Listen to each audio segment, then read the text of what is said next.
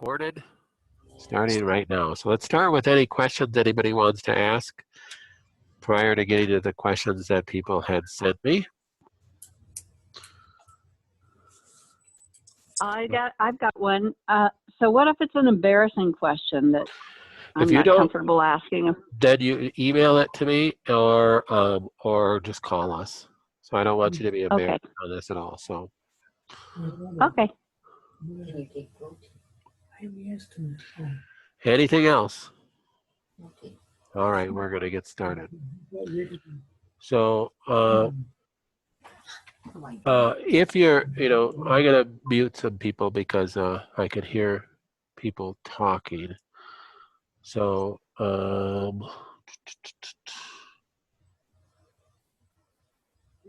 if you have a question, please communicate through the text box there so I can see that, and then we can get going with this. Okay, so people had asked some questions about some of the standard process. I've gotten this question multiple times. There's one of the lines that we carry is called standard process, and standard process is very big in putting bovine extracts in their products. And some people that are vegan go, whoa, I can't have that, I'm vegan. And yes, it is true, it makes the product non-vegan. However, if you're vegan for reasons that I told you to be vegan and you're staying off of meat and such, you can still have the product. If you're vegan for spiritual reasons or religious reasons or some ethical reason, then yes, that you might have an ethical or spiritual reason to not use some of the standard processed products that have bovine or porcine extracts in it. Now, the purpose of putting a bovine extract in a product is they're capturing what's called the micro DNA of the extract. So like the zinc liver chelate has bovine liver in it as one of the carriers to help get the zinc to the liver, and it helps stimulate a DNA RNA reaction in the person's body. So some of standard processes products have what are called protomorphogens in them.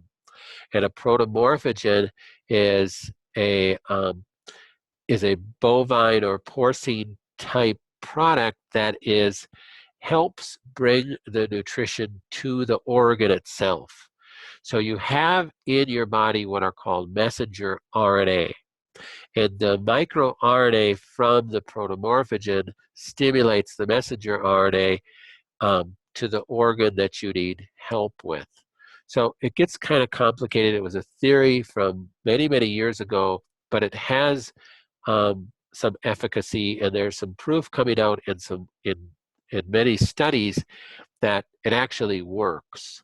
So I like standard process products partly because of that. So I know you might look at the thing as bovine. What is this clean? Is this standard process is extremely anal in their cleanliness, in their selection of the type of bovine and porcine products that they use. Most of their nutrition is grown on their own farms in Palermo, Wisconsin, I think it's called. It is a great company, and they are perfectionists at what they do. So I have full faith in their products. So I have no problem using them. The other reason why I like standard process is because their whole food approach. So remember we talked about, go back and watch the video in a Zoom call of a couple of months ago of how to tell if you've got a good product or a bad product when you're looking at a nutritional product. You want to look at the minerals and how they're chelated. Are they a whole food source, or are they chelated like that which you'd find in a whole food source? And if they're not, you don't want to use them. And standard process are all whole food nutrition. So it's all food-based nutrition. So I'm very comfortable using standard process. It's one of the good companies to use. as compared to like a nutritional product like this, and I put a little blue thing over the label because I'm not trying to bash this company, but there's a lot of like ionic minerals out there, and their claim to fame is, well, they have 80 different minerals in here, and that's what your body needs is all these different minerals. Well, the problem are these are ionic salts. These are mineral salts. Meant, we were never created to consume minerals in this way. This is like eating soil. So this is like eating rocks and then thinking, well, because there's calcium in this rock, I'm getting my daily source of calcium. That's not how we were created to consume our food. We were created to consume plants. Plants actually take minerals from the soil that are actually mineral salts, ionic minerals, like this product right here. So this product would be good to maybe pour on your vegetables. I mean, that are growing in your garden. So, but to consume this, it just, to me, makes zero sense whatsoever. This is not the way we were supposed to consume our minerals. And this can actually form kidney stones and gallstones and all sorts of things. So I am very anti using a mineral source like this. This is not the way to get these types of minerals. So there's some soil-based minerals like humic acid that can be beneficial and fulvic acid that can be beneficial. That's a totally different lecture.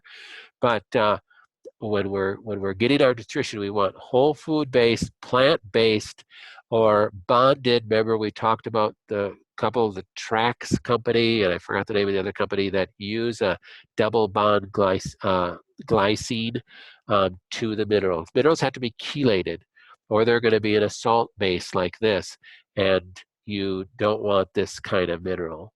So if you're going to be taking zinc, take it in a form that is the Trax base. Go back and watch that one video that I created about looking at minerals and looking at your vitamins to see the different quality that is involved with that. Or get a whole food based nutrition like Standard Process is. Next, we had some questions about toxicity sources when we go and do CT scans and MRI images. And is that a source of toxicity that we should be concerned about? Now, the problem with CT scans is you have a lot of radiation. An abdominal CT study is equivalent to about 50 X-rays equivalent rads radiation. And of course, that's a lot of radiation. And what does radiation do in our body? But cause cancer. So radiation damages cell membranes, it damages the nucleus and could cause the cell to go into rapid replication. That's why people that are exposed to radiation get cancer. So what are we doing when we're going and getting CT scans every 3 months? Well, that's not maybe a good idea. So then the option is, can I use a MRI image? Well, the MRI image, most of them you have to use a contrast. Many of the CT scans, they're using a contrast too. So there's problems with those things. And I have said to you, if you said, well, how am I supposed to know I'm getting better? You know, the CT scan showed a 2.6 centimeter mass in my liver. How do I know if I'm getting better? I don't feel anything. Well, then again, you have to compare apples to apples if you want to know objectively that you're getting better, so you're going to have to do another CT scan. Is that the best thing to do? That's a decision you're going to have to make. Do you have to know those things? And that's what's exciting about the IBGene test coming out, because we're going to have some quantitative data that we can look at and we can measure over time. And it's going to be completely non-invasive. It's just a blood draw. So these are invasive tests, and you've heard me say that, you know, to do an invasive test, you only do an invasive test if it's going to change the way you treat the patients. That's what I always used to tell doctors that I taught. You only do an invasive test if it's going to change the way you treat the patient. So the question that I ask you usually is that, Oh, well, you want to do a CT scan. Should I do a CT scan? Well, if you did a CT scan and you found out the cancer was worse, would you do chemo? Would you change your treatment protocol, is what I'm asking. If the answer is, yeah, I might, well, then you better do the CT scan, because if you're looking for that quantitative data, then you have to compare apples with apples, and you have to do the test. And then you have to deal with the contrast, and you have to deal with the radiation. We're going to get to, in a second, how you could deal with those things in just a second. But these are some of the different types of contrast that you get with CT scans. And this is some of the symptoms that you could get with a contrast. You could have an allergic sensitivity to it. And the biggest thing is a toxic sensitivity to it, meaning you're just exposed to a toxin that now has to detoxify out of your body. This is actually a slide taken to teach doctors about radiation exposure after CT scan and IV contrast reactions. And this is an anaphylactic reaction, pretty nasty looking. That's pretty uncommon. And that's not really what I'm really concerned with, any type of an allergic reaction to an IV. I'm talking about what is it doing to a person's liver. So your body has to detoxify that, not to mention the radiation. Um, the gadolinium, which is typically the contrast in MRI studies, has gotten a lot of notoriety lately because of Chuck Norris. Everybody knows who Chuck Norris is. Well, his wife was had a severe toxic reaction to gadolinium and nearly died. And so she is a survivor of gadolinium poisoning. I think they have a video on YouTube that you could search on YouTube and watch their video. They are very outspoken about the dangers of gadolinium and the toxic reaction that a person can have with that. But there's a lot of different symptoms that a person can have with gadolinium or other CT contrast or the radiation toxicity, um, that are even less, you could say, pervasive than extreme symptoms, and these things can build up over time. So how do we deal with this, and how do we help a person overcome this when they have to do an MRI or they have to do a CT scan? Well, you could detox it, so you can increase the amount of detoxing that you're going to do. First of all, this is a test you can measure gadolinium toxicity on if you're so inclined to run a test. But if it's like a chemical like gadolinium, you could use a chelator. You could use just detox support to help your detox pathways in the liver. That would be one thing that you could do. But you could also do a homeopathy for gadolinium, and I've done that for a number of patients. And we could do a homeopath for the barium and some other things. Barium is a heavy metal, but to do a homeopath for that barium sulfite that they use in CT scan contrast can be extremely helpful as well. So homeopathy helps pull that out. Chelation of EDTA or DMSA or modified citrus pectins, some other mild chelators can help pull that out. And supporting the liver pathways with like PON1 and milk thistle and things like that can really help pull that out too. So you can understand that, remember the simple math of it, the amount of toxicity minus your body's ability, your liver's ability to get rid of that toxicity equals the amount of overall toxic load your body's going to be burdened with. And if your liver is already burdened with trying to get rid of cancer cells or trying to get rid of other heavy metals that you're dealing with, or if you already know your genetics on your liver and you already have genetic pathway burdens that are going to be overstressed, then you want to maybe rethink some of those things. And I know there's sometimes you have to do an MRI, you have to do a CT scan. You're kind of back to the corner to really know what's going on. But don't think that they are always perfectly safe. So just know that you can take some precautions to help pull that stuff out if you're going to do one of those tests.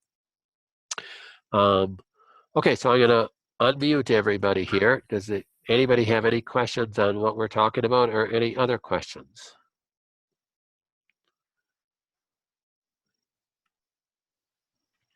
We talked about my concoctions that I make with tea, and you said that I could continue using milk thistle in the tea. I was wondering about, would it be good to also add dandelion root as well? Sure. So dandelion root is great for your liver. Globe artichoke is great for your liver. Milk thistle, like you said. Fridge tree extract is great for your liver. Dandelion root has got a lot more information coming out as a cancer killer too. So I'm a big fan of dandelion root. So yeah, those are good liver support nutrients. What Now, is about, that done? excuse me, Is, go ahead. is it dandelion root done in a tea? Like get the tea and make a tea out of it? That's what I'm doing, yes. Yep, you could do that. Okay. So like Standard Process has a MediHerb brand, and they have a liquid dandelion root that I like a lot. Standard Process also has a great product called Livton, Livton complex, Livton complex. Actually, I have it right here in my hand. I take this. It's got globe artichoke and dandelion and milk thistle and several other things for the liver. We also have Liver Clear that's got a mixture of those things in there too. So those are just really good liver support that, are really good for everybody. And, if you could get more things in one product, it can be better so you're not taking so many different things. Mm-hmm. So I have a question about like green tea and coffee. How can you be sure that you're getting, a good product if you're using green tea? How can That we is a good safe? question. That's a very good question. So green tea has been said that green tea is all the green tea that you could get on the market is imported from China. And green tea is probably the most toxic imported substance that there is.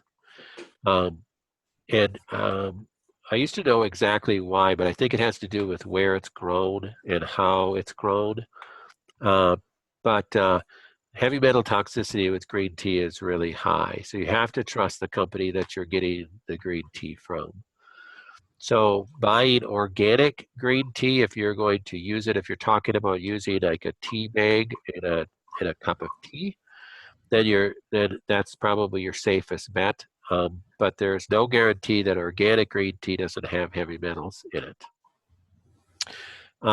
Just because it's organic. So where you're going to get heavy metals in green tea are from a couple sources. One is if it's not organic and they're using pesticides, pesticides are going to have arsenic in it. So if anything's sprayed with any pesticides, it's going to have arsenic for sure, probably lead too. Now understand they don't have an environmental protection agency in some of the countries that nutrients are imported from. So they use a lot of toxic things in order to be able to produce a bigger crop in order to make more money at market. And they're trusting that most supplement companies aren't doing any heavy metal toxicity testing on their supplements before they put it in a product. So the companies that I've sourced do that, but you don't know what you're going to get on the market. Now, green tea. So let's talk a little bit about green tea, because some people go, well, I saw your video on EGCG, which is the catechin in green tea extract that's beneficial for cancer and decreasing IL-6 levels. And different inflammation pathways and helping bone growth and all these kind of things, all these great, wonderful research articles on green tea extract and EGCG. So people think, well, I'm just going to have a couple cups of green tea every day. I like the taste of it and it's good. I mean, literally, if you're going to do therapeutic doses of EGCG to get the benefits for cancer and for decreasing inflammatory pathways, you'd have to do like 50 cups of green tea. So it's not really available just through the tea itself. You have to use the concentrated catechin extract to get the benefits. So you have to take a capsule of some sort of green tea. And then you go back to what the question started off with, is how do you trust the source that it's not toxic?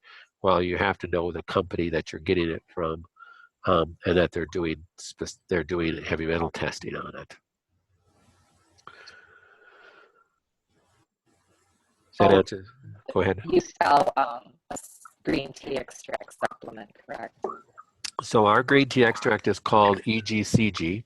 It's called Clear EGCG because EGCG is the catechin in green tea that you want.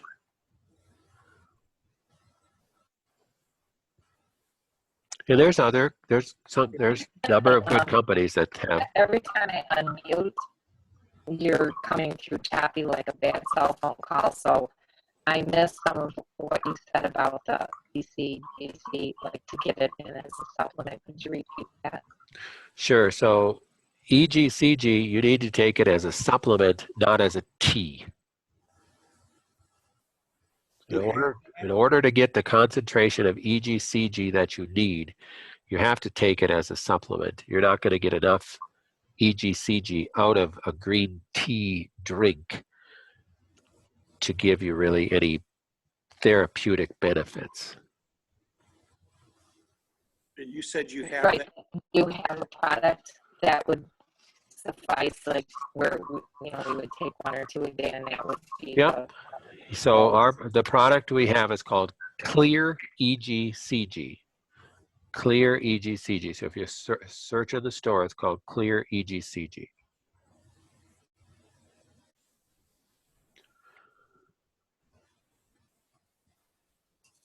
Doctor, what nutrition blocks the oxalates from forming in our body? So there are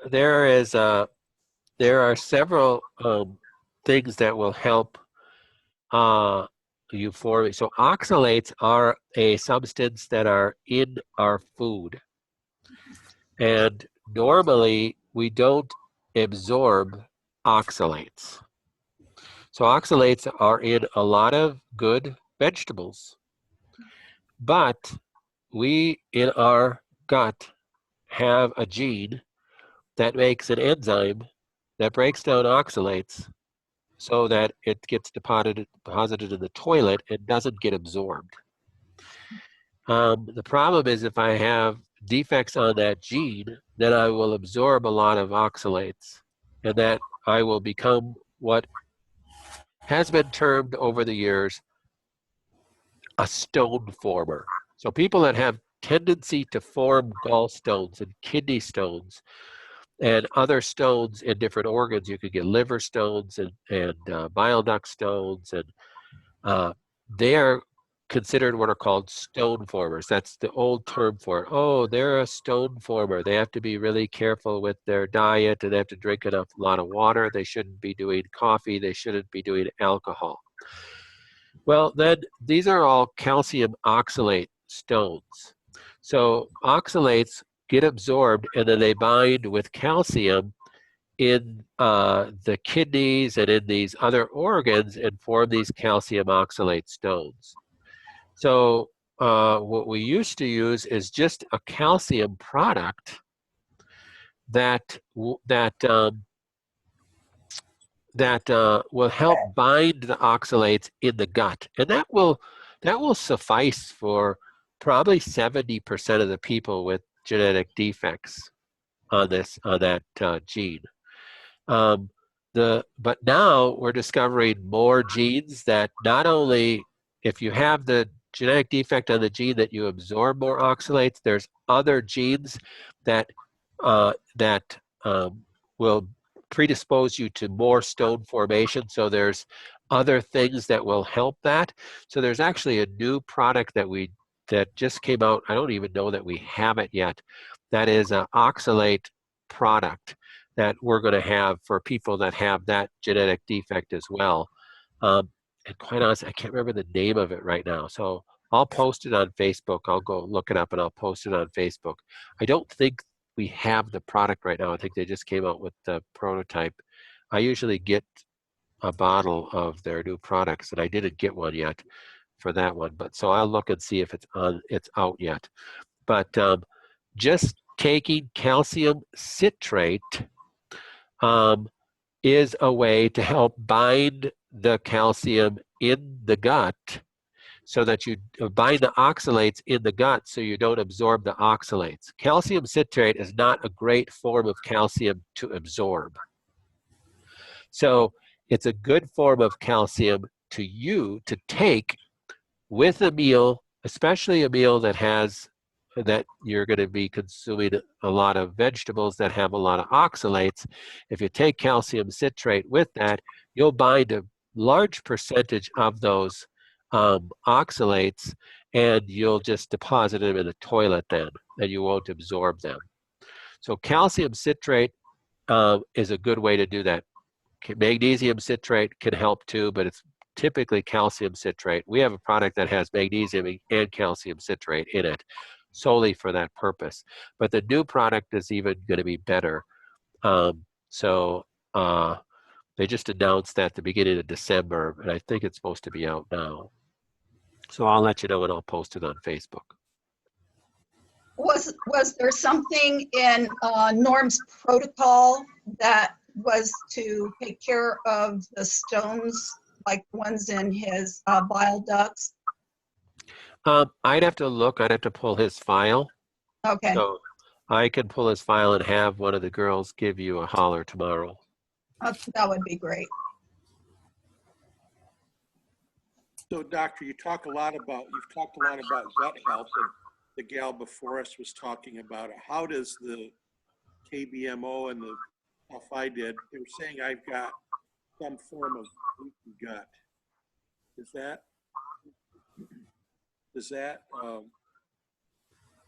What concerns do you have about that? So with leaky gut? Yeah. So as it pertains to what? As it pertains to anything in particular? The test was about the food getting in your bloodstream and creating a lot of inflammation. So that's the problem with leaky gut. So there's lots of things that cause leaky gut. So leaky gut technically is, so your gut is lined with cells that are called epithelial cells, and they are tightly packed together. And when I damage my gut because of, an infinite number of reasons, most commonly was use of antibiotics or eating GMO foods or eating chemicals and heavy metals and all sorts of garbage that we have in our foodstuffs these days, I could damage those epithelial cells. And then some of them are even damaged to the point of death. And there becomes a space between the epithelial cells. So the epithelial cells are tightly packed together for the purpose of keeping the food in the lumen of the gut and only allowing absorption of food in the correct size that it's supposed to be absorbed. For instance, if I eat a protein is a chain of amino acids. I'm only supposed to absorb 1 or 2 amino acids at a time, meaning they have to be in a single amino acid or one amino acid still bonded to another amino acid, which would be called a dipeptide. Anything larger than that should be too large to go across the gut wall. So that's the purpose of digestive enzymes in your gut. They snip apart all that long chain of amino acids, which is called a protein, they snip it into, it's not a protein anymore, it's just a bunch of amino acids. And then those individual amino acids are small enough to get across the border and get in between the two cells to get into the bloodstream. And between the two cells are held together with a junction called a tight junction. But when we have a damaged gut, there's not a tight junction anymore. It's a space there. So the gut becomes more permeable. So it could be said it's more leaky. So then we get longer chains of amino acids that get across that leakiness of the gut that get into the bloodstream. So understand, everything that's in the lumen of the gut is still outside of your body. No, it's not. It's in my tummy. I already ate it. It's not inside your body till it gets absorbed. It's in a tube that's inside your body, but that tube, everything that's in the tube at the end of the day is going to be deposited in the toilet. So it doesn't get in your body until it gets across that border. So that gut border is all ever essential important. And if I have damage in that border, things get across that should never have gotten across in the shape that they're in, meaning that a chain of amino acids, 15 amino acids long, should never have gone across the gut border. So if it does and it goes into the bloodstream, my immune system is going to go, what the heck is that? And if you've read anything about immune system function, the immune system doesn't go, oh, well, it's not supposed to be in the body. Let's escort it over to the liver and let's get rid of it. No, the immune system just kills things. So the immune system is going to fire an attack on that amino acid chain, which is a peptide of a protein, in an attempt to kill it. And there's nothing going to alive about that thing, so it's not going to die. And then you end up firing a B cell reaction and you start creating antibodies to these peptides of this protein. And if that protein is a protein from casein, from dairy, it's a dairy protein, now you have antibodies to dairy circulating in your bloodstream and circulating in the lumen of the gut. So every time you eat dairy, you fire an immune reaction, you cause this whole inflammation cascade, and that causes more damage to your epithelial cells and more leaky gut problems, and it becomes this never-ending circle conundrum of bad stuff. So that's what leaky gut is. So you want to work on healing the gut, decreasing sources of inflammation in the gut, and allowing the gut to heal. Because if that doesn't happen, it's going to be difficult to get better from any disease. So gut health, that's why I have that gut health video that you guys all watch when you come here, because it's very important to work on the health of the gut. Now the problem is that most products that are on the market to help heal the gut do so by trying to stimulate an upregulation of the mTOR pathway. And if you don't know what that is, go back and watch some more of these Facebook videos that we talked about. mTOR pathway is how your body heals things, but it's also how your body replicates. And we don't want to upregulate mTOR when you have cancer. So that's why they put glutamine in most the gut health products. Well, if you have cancer, you can't have glutamine because we can't upregulate mTOR, because then we're going to increase the cancer growth. So we don't want to do that, do we? So we have to do other ways to help heal the gut. That's why we use Sun Spectrum, because that's another pathway that we can use to help heal the gut. I was actually the developer of that product. So it's a great product, and I really developed it for my cancer patients. So, but it's good if you don't have cancer too. But if a person doesn't have cancer, they know they don't have cancer, they could use a product with L-glutamine. They'd probably heal the gut a little quicker. But the problem is that 1 out of 2 Americans are going to get cancer in their lifetime, and you really want to take the chance of using glutamine. I just don't think anybody should use very much glutamine, but gut health is super important. So another thing that you want to look at in the gut, and we do this on some of our patients, that if they do have gut problems that we know of, that is a major piece of their what's going on, you want to look at possible food antigens. And that's one of the reasons, really, honestly, why your diet is so important. You could say, oh, I'm trying to eat a diet so I don't feed the cancer. Well, that's true, but one of the big reasons why you go on a fairly strict diet, you're trying to decrease the inflammation in your body by decreasing food antigens. So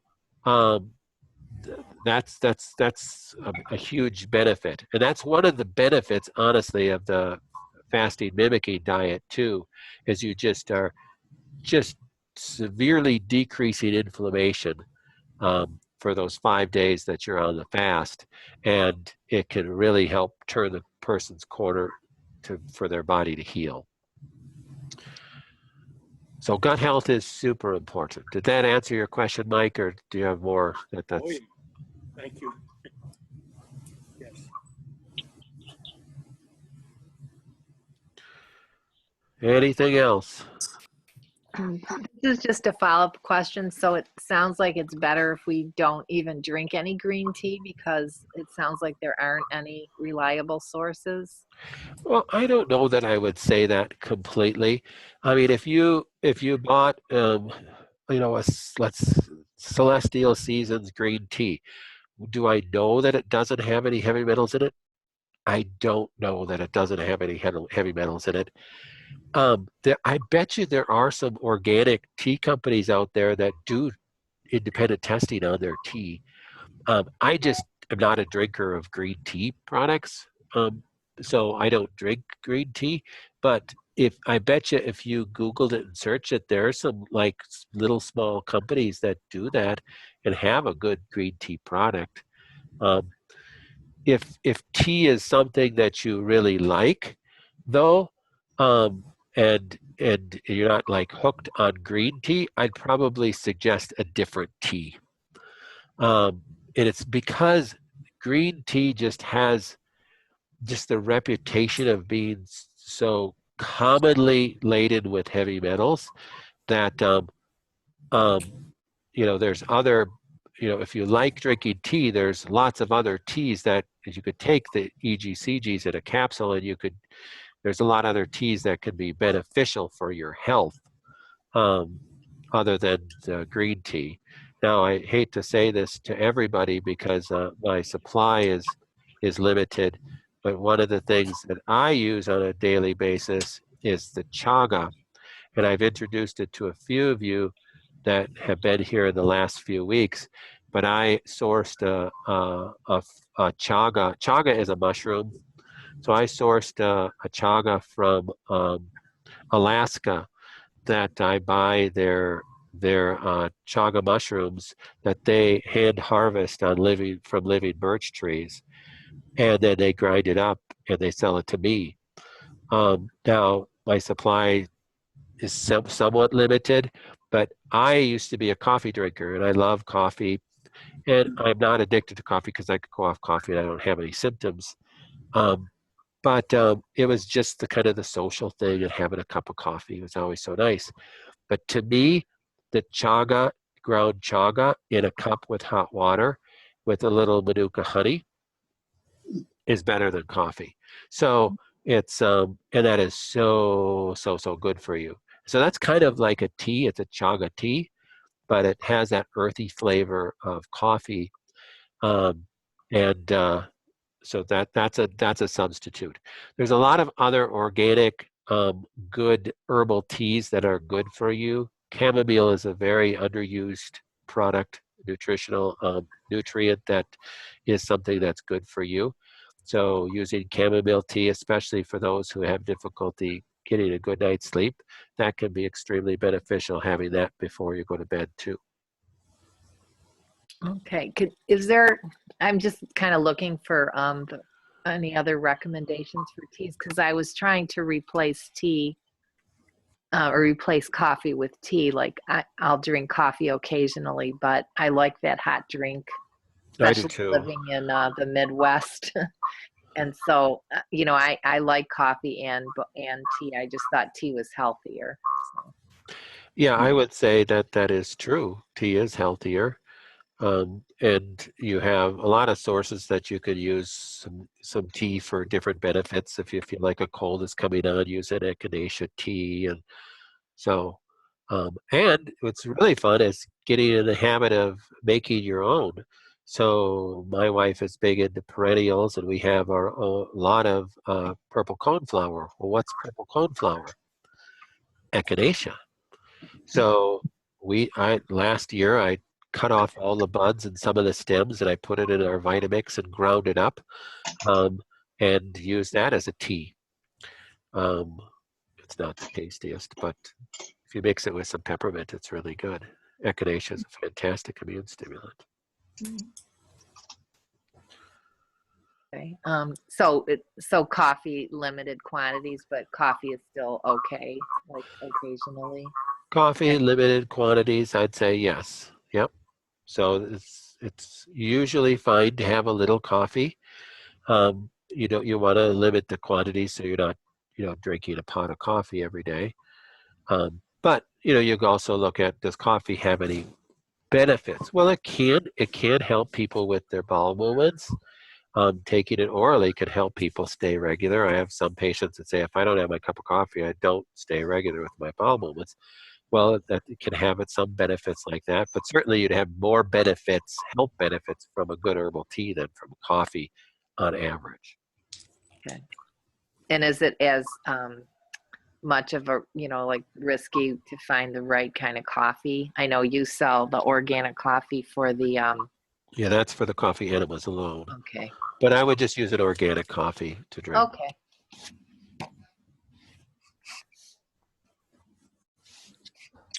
All right, well, we've gone about 40 minutes here, so we better cut it off or nobody's going to listen to this. Please email your questions to me, and if we get enough, we'll do an extra one on another day of the week. I've done that several times, so make sure you watch and stay up on the Facebook page as well. All right, thanks, everybody. Thank you. Thank you. Bye. Bye-bye. Thanks, Doc. Good night. Good night.